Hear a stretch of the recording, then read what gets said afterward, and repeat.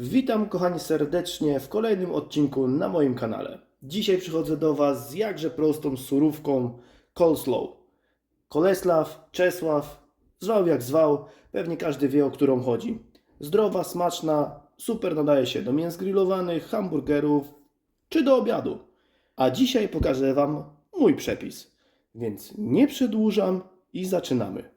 Do przygotowania naszej surówki będziemy potrzebowali miód, majonez, jogurt naturalny, kapusta biała, pół jabłka, jedna mała cebula, jedna marchewka.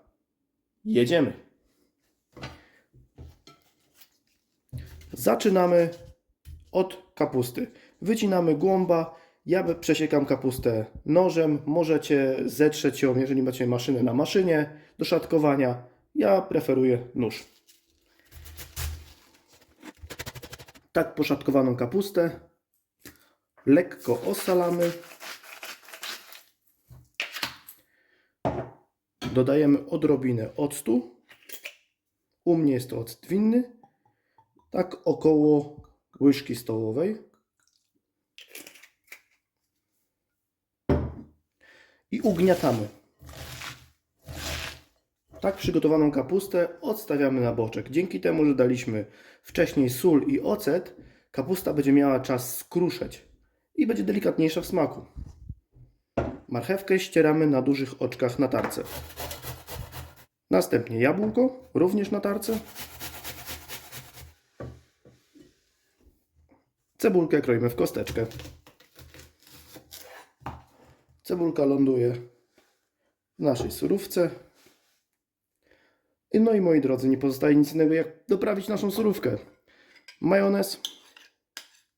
Oczywiście, żebym nie zapomniał, wszystkie składniki dokładnie podam Wam w opisie.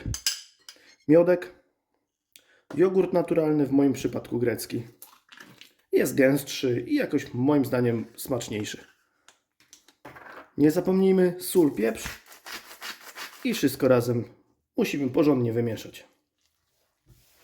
No i moi drodzy, tak przygotowaną suróweczkę odstawiamy na godzinkę czasu. Zobaczcie, jest mokra, nie jest sucha, można powiedzieć, czyli majonezu i jogurtu jest wystarczająco w środku. Odstawiamy na godzinę czasu do lodóweczki i po godzince na pewno będzie super. Jeżeli Wam się podobało, zostawcie suba, jakąś łapkę w górę, komentarz. Udostępnienie też będzie mile widziane, żeby mój kanał się dalej rozwijał. I do następnego razu. Trzymajcie się. Cześć.